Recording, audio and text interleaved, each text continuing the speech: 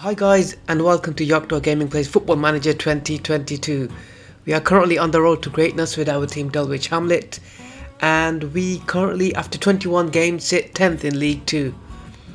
I've managed to play, I think, 12 games since the last video, and we haven't really moved. I think we started off in 10th and we're staying in 10th. So after 22 games, we currently sit on 32 points.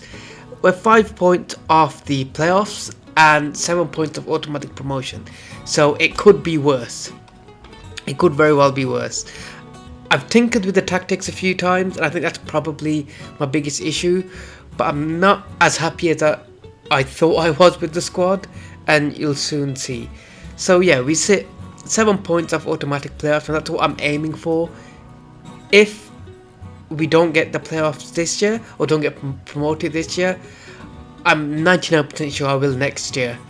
If you keep the same formula and method of what I do, which is keep the good players from last year on loan, and if you can sign any of them on a permanent basis, and then bring in some better players. So I just want to run through the schedule so we can have a quick look at the form.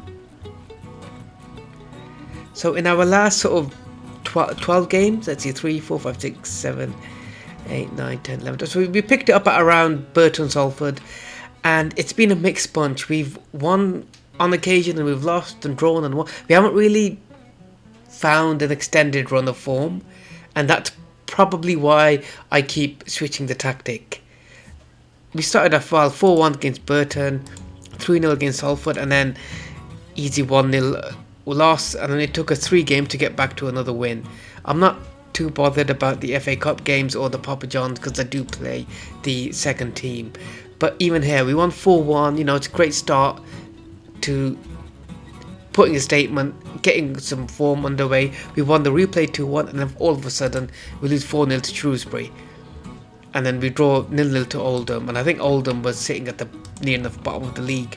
They might still be there. Yeah, I think at the time they were in the relegation zone, and then it sort of stalled our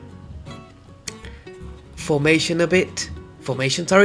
the form a bit. We won and then lost and then won and lost. So it's really we're hit or miss, really. And I think that's purely on the basis that I think I've got 3 or 4 really good players who can play in a League 1 team, and then I've got 3 or 4 players who probably don't deserve to be playing in League 2, and it's showing in the results.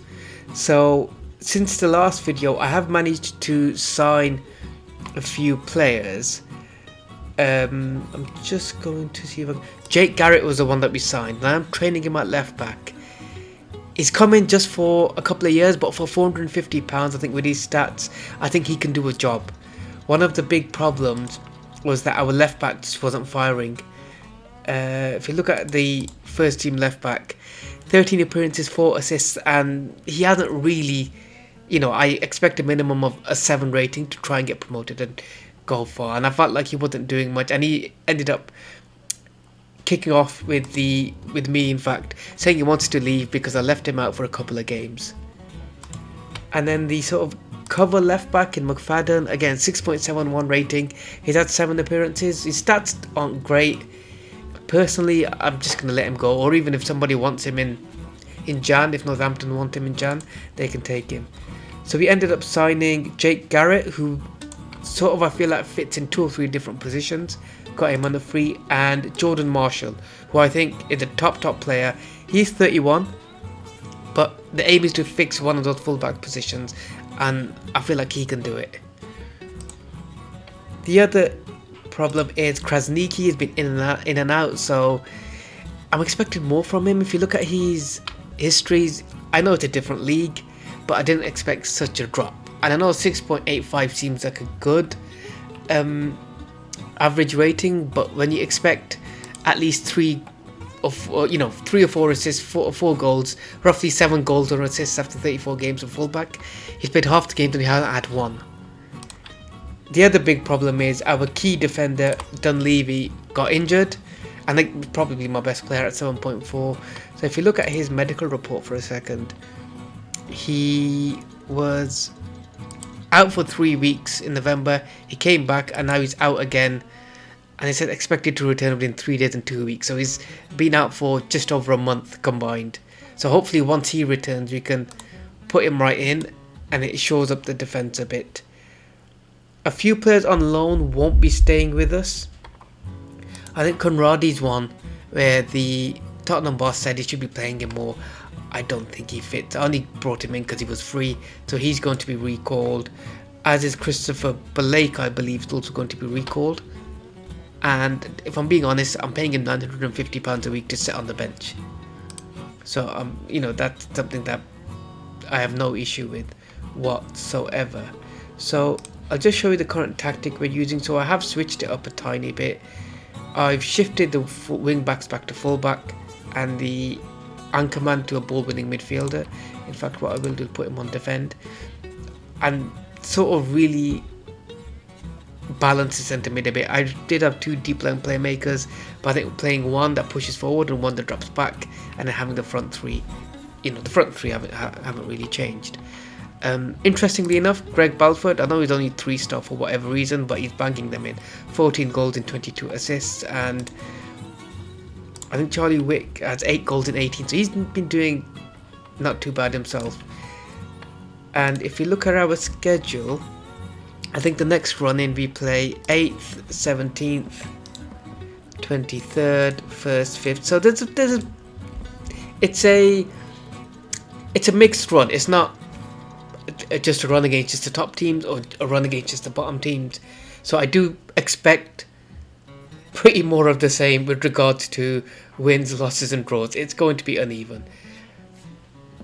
The window opens soon in Jan, and we've got 2 weeks in game date, and I am hoping I can pick up a few players.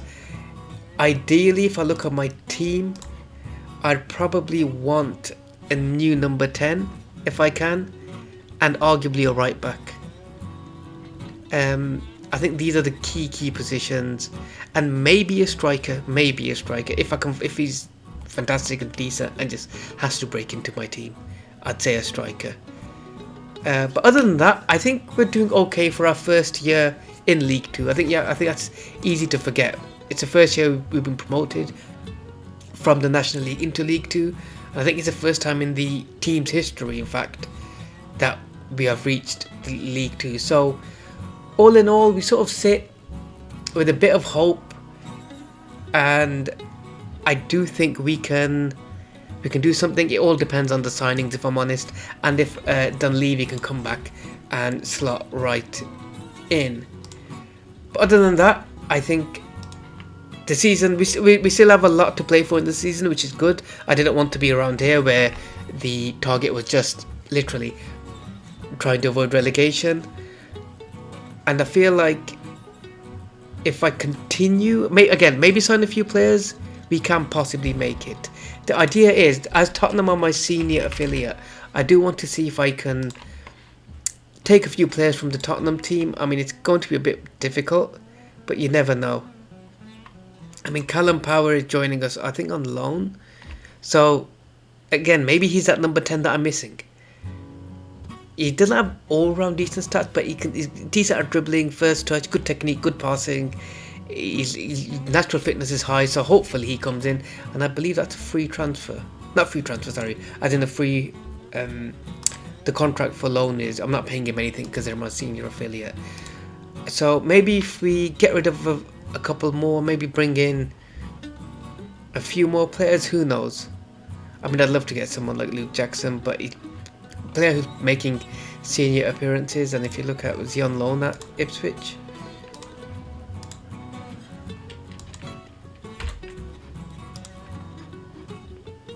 Sorry, excuse me a second. Yeah, so if he's loaned to the Championship, there's no way a League 2 team will get him. The other good thing, actually, I thought I'll show you just now is, I know the ratings aren't great. We normally have the odd A rating, but we've had an excellent group of youth players, so I'm hoping maybe at least a couple of them can come in and really join the squad right away. The other thing I'm also hoping is this, and this is new to the game, that this rating, I'm not sure if it's against us as a team based on like team reputation and the league position, or if it's based on where we are based on our facilities. I mean, we have the worst facilities, we have the worst junior coaching, so maybe they think a player based on our facilities is great.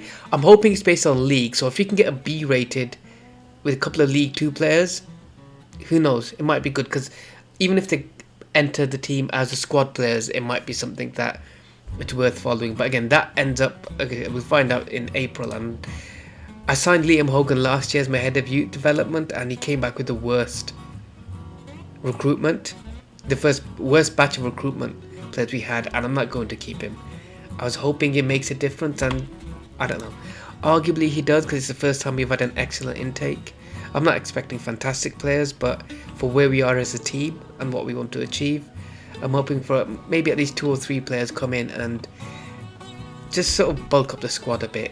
I think that's another key thing that we are struggling with. We played 8 games in October, 8 games in November, 3, 4, we got 6 in December. You know, that's 2 games a week. It's like playing Champions League or Europa League and then back to the Premier League. It's a ridiculous schedule for a team in League 2, if you ask me. But as the season goes on, it sort of evens itself out. There's only 1 midweek game in Jan, 1 midweek game in Feb, 1 in March. So as long as we have a strong end to the season, I do think we can push forward. And I hope we can. So I think I'll leave it at that. If you do want to watch the full stream in which I play the games through, you can catch me on my Twitch channel at Yocto Gamer. That's YOCTOGAMER. If you want to continue just watching sort of the condensed overall summary of the video, please like, subscribe, and just really follow this channel. And you'll be getting regular updates every 2, 3 or 4 days, depending on how arsed I am to creating the video and playing the game. So thank you guys for watching, and I hope to see you next time.